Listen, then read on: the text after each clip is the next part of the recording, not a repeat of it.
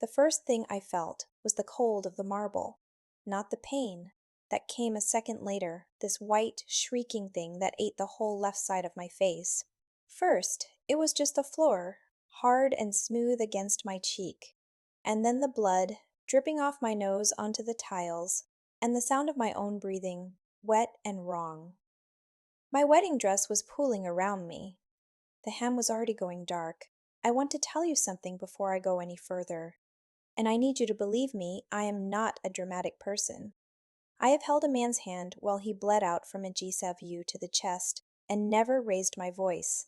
I've pulled shifts that lasted 18 hours and driven home without crying. I've been trained, very specifically, to stay inside my body when everything around me is going sideways. So when I tell you that what happened next broke something in me that still hasn't fully healed, I'm not being theatrical, I'm just being honest. My father was standing over me, and my mother and brother were watching and they were smiling. My name is Naomi.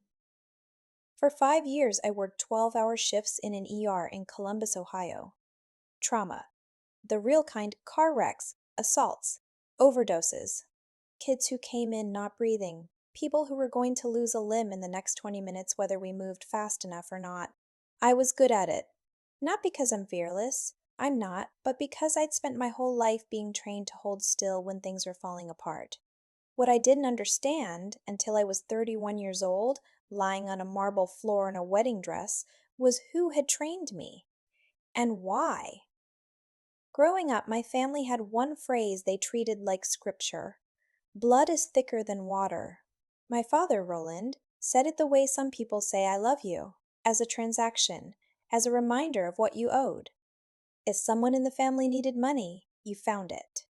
If someone was drowning, you jumped in, even if it pulled you under. I believed that. I wore it like something to be proud of. I didn't understand yet that there's a version of family loyalty that isn't love. It's just debt, structured to look like love, so you never think to question it. Then I met Julian. Julian Cross was a real estate developer, successful, deliberate, the kind of man who listened when you were talking instead of waiting for you to stop. What drew me to him had nothing to do with what he had. It was what he gave me that cost him nothing. He noticed things. When I came home wrecked after a long shift, he didn't fix it or minimize it. He just stayed. He'd bring me water and sit close and not say a lot, and somehow that was everything. When he proposed Columbus skyline, freezing December night, he was shaking slightly and trying to hide it. I said yes before he finished the sentence. I thought I'd finally found somewhere to land. My family looked at Julian and saw a bank with a heartbeat. 6 months after the engagement, on a Tuesday night after a 14-hour shift, my father called me crying. I had never once in my life heard Roland cry. He said they were 3 months behind on the mortgage. He said the bank had sent a final notice. He handed the phone to my mother, and she could barely get the words out. Naomi, please, we have nowhere left to go. Blood is thicker than water. I was terrified. I sat down with Julian the next morning, heeding every word that came out of my mouth. He listened, nodded once, and reached for his checkbook. $18,000. Didn't hesitate. Your family is my family now, he said. That's it. I drove to my parents' house and put that check in my father's hands. He wept. He swore it was going straight to the mortgage company. He called me his rock. A week later, I stopped by with groceries, let myself in with my old key. I heard my father in the living room, laughing. Told you she'd pull it out of that real estate boy. Soft as butter. Make sure Trent gets the money to Diego before he sends his guys around. Diego was Trent's bookie. There was no mortgage crisis. There had never been a foreclosure notice. The $18,000 Julian earned had gone, every cent of it, straight into my brother's gambling debt. I stood in the hallway until the grocery bag slipped out of my hands. Then I walked out. I didn't confront them. I know that probably frustrates you. It frustrated me later too. But here's the thing about being raised the way I was raised. You don't immediately reach for anger, because anger was never safe. You go quiet.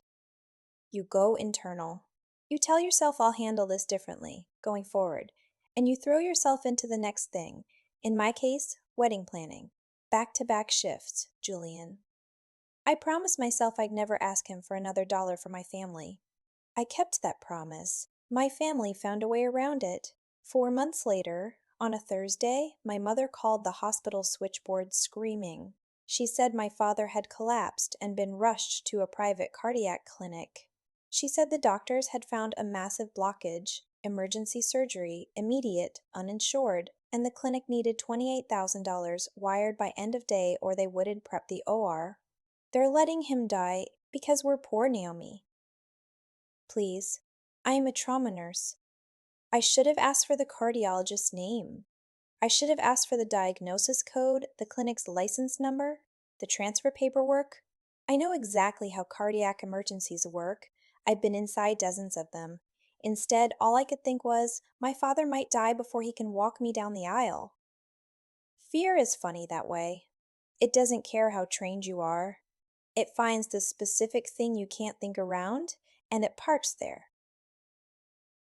I left mid-shift, called Julian from the parking garage, crying so hard I had to pull over. He stepped out of a meeting, called his bank, and had $28,000 in my father's account in under 20 minutes. Don't worry about the money, Nomi. Go to your dad. I'm right behind you. I drove to the clinic my mother had named. The front desk had no record of any patient named Roland. Her phone went straight to voicemail. I drove to my parents' house with my stomach somewhere around my knees. My father's car was in the driveway, same spot it always was. I let myself in. No hospital bed, no oxygen, no doctors. Roland was on the couch with a beer watching football, and my mother was beside him counting cash. She looked up at me. "Oh, the nurse is here." I stood in the doorway while the room tilted around me. My father had faked a fatal heart attack. My mother had weaponized my own medical training against me. She'd known exactly how to make it sound real, because she'd listened to me talk about work for years. They had taken another $28,000 from a man whose only crime was loving me, and put it into my brother's gambling debt in Las Vegas. I didn't scream. I wanted to. What came out instead was nothing, just as long, hollow silence, while I looked at the two people who raised me and felt, for the first time, something go very cold and very still in my chest. I walked out. I didn't cry until I was in my car. Then I cried for a long time. Then I stopped and drove home to Julian. And we didn't talk about the money. And I didn't tell him what I knew. And I have never fully forgiven myself for that part. The wedding was June, a Saturday. Julian had found a venue with soaring ceilings and marble floors, the kind of place where you feel, even briefly, like the world is capable of being beautiful. I wore white lace. My family sat front and center, because even then, some part of me couldn't cut it all the way off. I'd told Julian they would never get another dollar. I thought distance would be enough. The ceremony was perfect. Our first dance was perfect. And then my mother grabbed my arm as guests drifted toward the buffet and said very sweetly, "Naomi, sweetheart, come to the back room for a second. Your father and Trent want to give you a private blessing before the toasts." Some small, stupid, exhausted part of me still wanted it. Still wanted them to look at me on my wedding day and mean something tender by it. I followed her down the hallway. The second the door clicked shut, the air changed. My father was standing near the vanity mirror, holding a thick stack of papers. Trent was against the wall, arms crossed, with the expression he got when he thought he'd already won. There was no blessing. Nobody said I looked beautiful. Roland shoved the papers into my hands. A purchase agreement, a fully loaded Range Rover, over $140,000. He wanted $35,000 cash down by morning. "Call it his last wedding gift to this family," he said, in the voice he'd used my whole childhood to make my knees buckle. I looked at those papers for a long moment. I looked at my father, my brother, my mother standing near the door, and something finally, fully, finished in me. "You stole $18,000 for Trent's bookie," I said. You faked a heart attack to steal 28,000 more. He has already given this family $46,000. I will not ask him for one more cent. We're done. This is over. Trent laughed from the corner. Look at her, too good for us now that she landed a rich guy. You owe us, Naomi. My mother's face went cold. Go get the check, or we will make a scene out there that follows you for the rest of your life. I tore the contract in half and dropped it at my father's feet. Get out of my way, I said. All of you, the bank is closed. I turned for the door and grabbed handfuls of my gown. I made it 3 steps into the hallway. What he did was grab my veil and the hair underneath it and wrench backward with everything he had. The pain was a whiteout, like nothing I'd felt before, and I've had bones broken. My head snapped back, my feet went out, and the floor came up so fast I didn't have time to put my hands down. My nose hit the marble, and the sound it made was the worst thing I'd ever heard. For a moment there was nothing, just black, and then white, and then the feeling of blood running warm down my face onto my chest, soaking into the lace. I rolled onto my back and looked up. My father was standing over me, breathing hard. His face was twisted, not with horror at what he'd just done, but with a self-righteous fury like I'd caused this by saying no. And behind him, my mother and brother had followed us into the hallway. Trent was nodding slightly like he approved. My mother crossed her arms and said quietly, "Maybe now she'll remember who her real family is." They were glad. They liked seeing me on the floor. I want you to understand that this is the moment, I mean, not my nose, not the blood, not even my father's hand in my hair. It was their faces, the satisfaction in them. That's the thing I'll carry forever, the thing that changed the shape of what I understood about the years before. Then the double doors at the end of the hall came open, and Julian was there. I will never be able to fully describe his face. He saw his bride on the marble, covered in blood, her own family standing over her, and something in him just broke open. He made a sound I'd never heard a person make, and then he came down that hallway. My father stumbled backward. All his bravado, all the practiced authority of a man who'd spent 40 years never being confronted, gone, instantly, the moment he realized he wasn't dealing with someone who would absorb it. Julian shoved him into the wall and then dropped to the floor beside me, pressing his jacket to my face with both hands. Naomi. Naomi, look at me. Stay with me.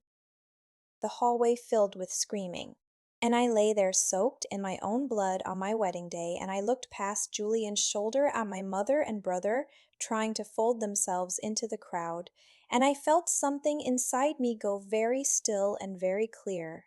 Call 911, I said. Don't let them leave. The paramedics came in 7 minutes. I knew every single thing they were doing to me. Cervical collar, airway check, hemorrhage control, and I let them do it. And I stayed as still as I could, and I did not stop watching where my family was. Police arrived right behind them. Red and blue light washed across the floor-to-ceiling windows. My father was near the courtroom, telling an officer it was a private family matter, that I had tripped. Julian stood between my family and the paramedics with his jacket soaked through and pointed at all 3 of them. He attacked my wife. They helped. The other 2 lured her into the back room and blocked anyone from getting to her. I want them arrested. The police moved through 200 stunned guests collecting statements, people who had watched Roland grab my hair and drive my face into marble. Julian went straight to the photographer. Within 20 minutes, they had the memory cards and the venue's security footage. It was all there. Every frame. They took me to the same hospital where I'd worked for 5 years. My coworkers gasped when they wheeled me in. CT confirmed a displaced nasal fracture and a grade 2 concussion. Before they let anyone clean me up, I asked for a forensic photographer. Every bruise, every laceration, every clump of torn hair, I wanted it documented. I wasn't just hurting, I was thinking already about what came next. 6 months later, I stood in a Columbus courtroom with Julian's hand in mine, and I watched my father sit at the defense table in an orange jumpsuit, wrists chained, all his swagger gone to nothing. My mother and Trent sat beside him with their heads down as the prosecutor played the wedding footage for the room. The judge sentenced Roland to 5 years in an Ohio state prison. He looked my father in the eye when he said it, which I appreciated. He said, "A father's job is to protect his daughter, not become her abuser." My mother and brother were convicted as accessories and on fraud charges. Steep fines. 2 years of strict supervised probation. One violation and they'd join Roland. The civil judgment ordered the repayment of $46,000 in stolen money plus $65,000 for my medical bills and surgery. A lien went on my parents' house. Since they had nothing in savings, the county put it up for auction. Watching that house sell was the first time in months I felt like I could actually breathe. Julian and I went to a courthouse a few weeks after the trial. A handful of close friends. No production. I wore a plain white dress that stayed exactly that way the whole day. Sometimes I catch the scar near the bridge of my nose in the mirror. Faint now from the reconstructive surgery. It doesn't hurt to look at anymore. My family tried to write their demands across my wedding day in my own blood. What they actually wrote was their own ending. I'm finally, genuinely, completely free. If this story meant something to you, subscribe. Leave a comment below with where you're watching from. I read everyone, every city, every time zone. I love knowing how far this has reached. I'll see you in the next one.